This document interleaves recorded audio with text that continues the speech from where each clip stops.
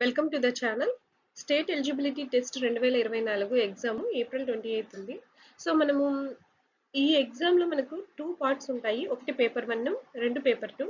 Paper 1కు సంబంధించిన 10 topics గురించి ఈ వీడియో సీక్వెన్సెస్ ద్వారా మనము డీటెయిల్డ్గా తెలుసుకుంటాము.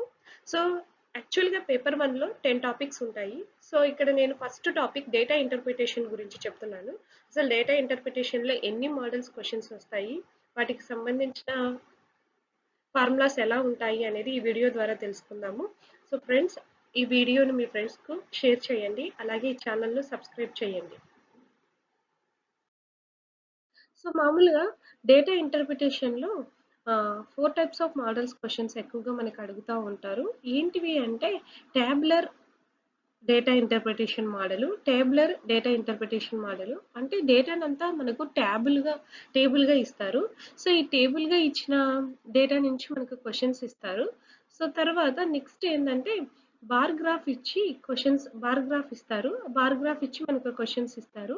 సో అది ఒక మోడల్ ఉంటుంది.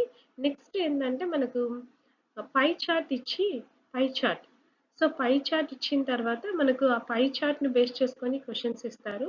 Next fourth type of data interpretation problem ఏముంటుంది అంటే సో గ్రాఫ్ ఇస్తారు. సో మనకి ఏదైనా ఒక గ్రాఫ్ ఇచ్చి ఆ గ్రాఫ్కు రిలేటెడ్ క్వశ్చన్స్ ఇస్తారు. సో మనకు డేటా ఇంటర్ప్రిటేషన్స్లో 4 టైప్స్ ఆఫ్ మోడల్స్ ఉంటాయి. సో ఈ ఫస్ట్ క్లాస్ ద్వారా డేటా ఇంటర్ప్రిటేషన్లో టేబులర్, ఓకేనా, అంటే ఒక టేబుల్ ఇచ్చి డేటాను టేబుల్గా ఇచ్చి క్వశ్చన్స్ ఇస్తే వాటికి రిలేటెడ్ ఫార్ములాస్ ఎలా ఉంటాయి అనేవి ఈ first tabular data interpretation table representation మోడల్ని మనం తెలుసుకుందాము.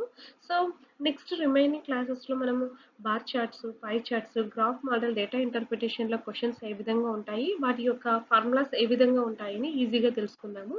సో ఫ్రెండ్స్, ఈ వీడియోని మీ ఫ్రెండ్స్కి షేర్ చేయండి, అలాగే ఈ వీడియోను లైక్ చేయండి, సబ్స్క్రైబ్ చేయండి, ఓకేనా.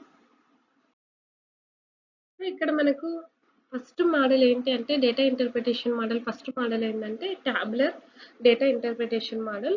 అంటే డేటాను టేబుల్ ఫామ్లో ఇచ్చాడు. సో ఇది ఎగ్జాంపుల్ ఏంటంటే 2020 July UGC net paper. So UGC net July 2020 paper నుంచి సో ఇక్కడ ఈ ఎగ్జాంపుల్ తీసుకున్నాను. సో ఈ ఎగ్జాంపుల్ ద్వారా మనము టేబుల్ ఫామ్లో డేటా ఇస్తే సో డేటా ఇంటర్ప్రిటేషన్ ప్రాబ్లమ్స్ని ఏ విధంగా సాల్వ్ చేయాలనేది ఈజీగా తెలుసుకుందాం ఫ్రెండ్స్. ఫస్ట్ ఏంటంటే ఇక్కడ క్వశ్చన్ ఏమి ఇచ్చాడు అంటే ఇక్కడ డేటా ఇచ్చారు. 4 జోన్స్ డేటా ఇచ్చారు. కే డేటా, ఎల్ డేటా, ఎం డేటా, ఎన్ డేటా. సో ఇది గివెన్ డేటా. సో ఇయర్ వైజ్గా ఇచ్చాడు. సో టోటల్గా 6 ఇయర్స్ వైజ్గా 4 జోన్స్ డేటా. 4 జోన్స్లలో ఎంతమంది అపియర్డ్ అయినారు, ఎంతమంది పాస్డ్ అయినారు అని ఒక ఇన్ఫర్మేషన్ ఇచ్చాడు. సో ఇక్కడ ఫస్ట్ క్వశ్చన్కి వస్తే ఫస్ట్ క్వశ్చన్లో ఏమడుగుతున్నారంటే which of the following zones the percentage of students who passed out of the total of those who appeared in the examination is minimum in the year 2019 అంటున్నాడు. So 2019 ఇయర్లో మనకి ఏం calculate చేయమంటున్నాడు? Percentage calculate చేయమంటున్నాడు. ఏదైనా ఒక percentage calculate చేయమంటున్నాడు అంటే పాస్డ్ స్టూడెంట్స్కు, అపియర్డ్ స్టూడెంట్స్కు పర్సంటేజ్ క్యాలిక్యులేట్ చేయమంటున్నాడు. పర్సంటేజ్ ఫార్ములా ఏంటంటే passed students by appeared students. So percentage equal to passed students by appeared students. So 2019 ఇయర్లో మనకి ఏం చేయాలంటే కేకి క్యాలిక్యులేట్ చేయాలి. కే జోన్కు, అలాగే ఎల్ జోన్కు, తర్వాత ఎం జోన్కు, తర్వాత ఎన్ జోన్కు ఏం క్యాలిక్యులేట్ చేయాలి? పర్సంటేజ్ని క్యాలిక్యులేట్ చేయాలి. సో కేలో 2019 ఇయర్లో అపియర్డ్ ఎంతమంది ఉన్నారు, పాస్డ్ ఎంతమంది ఉన్నారు? పాస్డ్ 496 ఉన్నారు. So 496 by 850. సో 496 బై 850ని క్యాలిక్యులేట్ చేయాలి. సిమిలర్గా మనం ఏం చేయాలి అంటే అన్ని జోన్స్ వాళ్ళకి క్యాలిక్యులేట్ చేయాలి. అలాగే 315 బై 600, తర్వాత 464 బై 740, 780 బై 1165 ఇలా 4 క్యాలిక్యులేట్ చేయాలి. 4 జోన్స్కు పర్సంటేజ్ని క్యాలిక్యులేట్ చేయాలి. క్యాలిక్యులేట్ చేసిన తర్వాత ఏ జోన్కి అయితే ఈ పర్సంటేజ్ తక్కువ ఉంటుందో, మినిమం అడిగాడు, the percentage is minimum. So ఏ జోన్కి అయితే పర్సంటేజ్ మినిమం ఉంటుందో అది ఏమవుతుంది అంటే కరెక్ట్ ఆన్సర్ అవుతుంది. సో వన్స్ అగైన్, సో మనకి ఇక్కడ ఫార్ములా ఏంటంటే percentage equal to passed students by appeared students. అంటే ప్రతి జోన్లో పర్సంటేజ్ను క్యాలిక్యులేట్ చేయాలి. ప్రతి జోన్కు పర్సంటేజ్ క్యాలిక్యులేట్ చేసిన తర్వాత ఏ జోన్కి అయితే మినిమం ఉంటుందో పర్సంటేజ్ వాల్యూ మినిమం అవుతుందో అది కరెక్ట్ ఆన్సర్ అవుతుంది. What is the difference between the total number of students who appeared in the exam and the total number of students who passed in the exam from Zone K all 6 years taken together అంటున్నాడు. So ఇక్కడ ఇచ్చిన question ఏంటంటే difference calculate చేయమంటున్నాడు. ఏ దానికి difference calculate చేయమంటున్నాడంటే total number of students appeared minus total number of students passed అంటున్నాడు. So మనం ఏం చేయాలి, జోన్ కేని తీసుకోవాలి. సో ఇక్కడ జోన్ కే తీసుకొని జోన్ కేలో అపియర్డ్ యొక్క టోటల్ పాస్డ్ యొక్క టోటల్ క్యాలిక్యులేట్ చేయాలి. సో అపియర్డ్ యొక్క టోటల్ అపియర్డ్ సో 2014లో ఎంతమంది అపియర్ అయినాడు, 15లో ఎంతమంది, 16, 17, 18, 19 ఇలా అపియర్డ్ టోటల్గా అపియర్డ్ మెంబర్స్ ఎంతమంది ఉన్నారు అని క్యాలిక్యులేట్ చేసి difference equal to appeared minus passed. So ఓవరాల్గా జూన్ కేలో ఎంతమంది అపియర్డ్ అయ్యారో ఆ అపియర్డ్ను టోటల్ క్యాలిక్యులేట్ చేసి ఇక్కడ ఎంతమంది అపియర్ అయ్యారో ఎంతమంది పాస్డ్ అయ్యారో వారి యొక్క టోటల్ క్యాలిక్యులేట్ చేసి ఈ అపియర్డ్కు మరియు పాస్డ్కు మధ్య డిఫరెన్స్ అంటే ఏంటి, సబ్స్ట్రాక్ట్ చేయాలి. సో అలా సబ్స్ట్రాక్ట్ చేస్తే మనకి ఇక్కడ రిజల్ట్ వస్తుంది. సో ఇక్కడ మనకి ఇచ్చిన ఫార్ములా ఏంటంటే డిఫరెన్స్ ఫార్ములా ఇచ్చాడు. So total number of students appeared minus total number of students passed. So ఇక్కడ డిఫరెన్స్ ఫార్ములాను అడుగుతున్నారు. సో డేటా ఇంటర్ప్రిటేషన్ టేబుల్ మెథడ్లో ఒకటి ఏంటి అడుగుతున్నారు అంటే పర్సంటేజ్ ఫార్ములా, ఇంకొకటి డిఫరెన్స్ ఫార్ములా. సో ఇక్కడ మనకి ఇచ్చిన ఎగ్జాంపుల్లో మనం ఈ రెండు ఫార్ములాస్ మాత్రమే యూజ్ చేసినాం.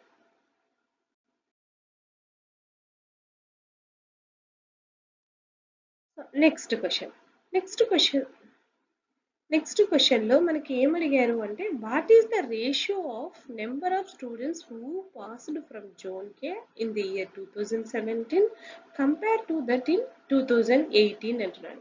సో మనకి ఏ ఇయర్స్ అడిగాడు, 2017, 2018. అది కూడా ఎవరిని అడిగాడు, పాస్డ్ మాత్రమే అడిగాడు. ఎవరిది, zone Khelo passed.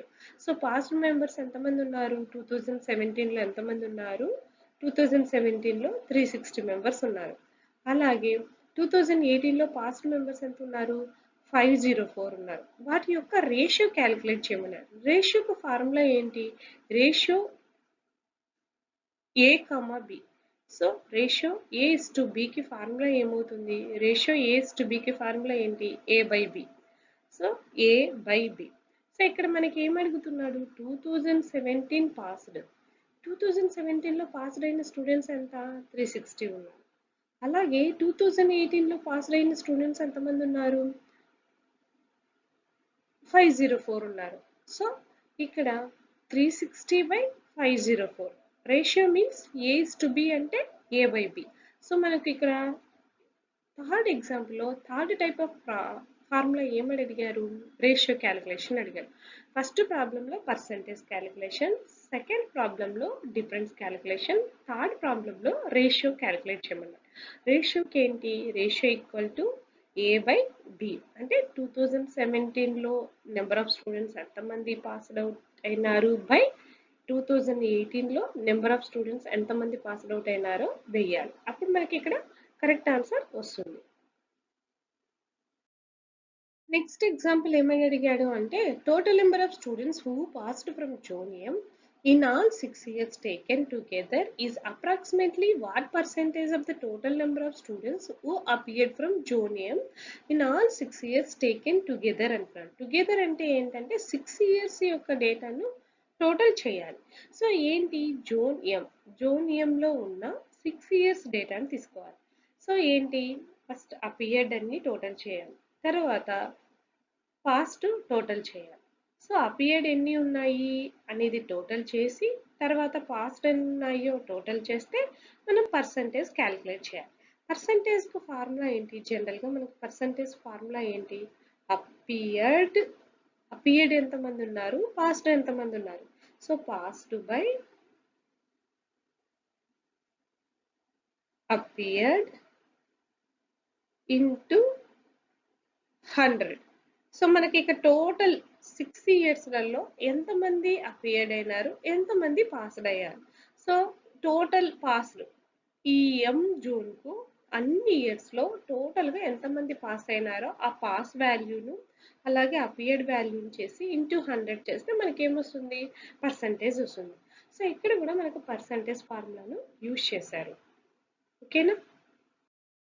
So next question చూస్తే, నెక్స్ట్ క్వశ్చన్లో what is the average number of students who passed in the exam from all the 4 Jones in the year అంటున్నాడు.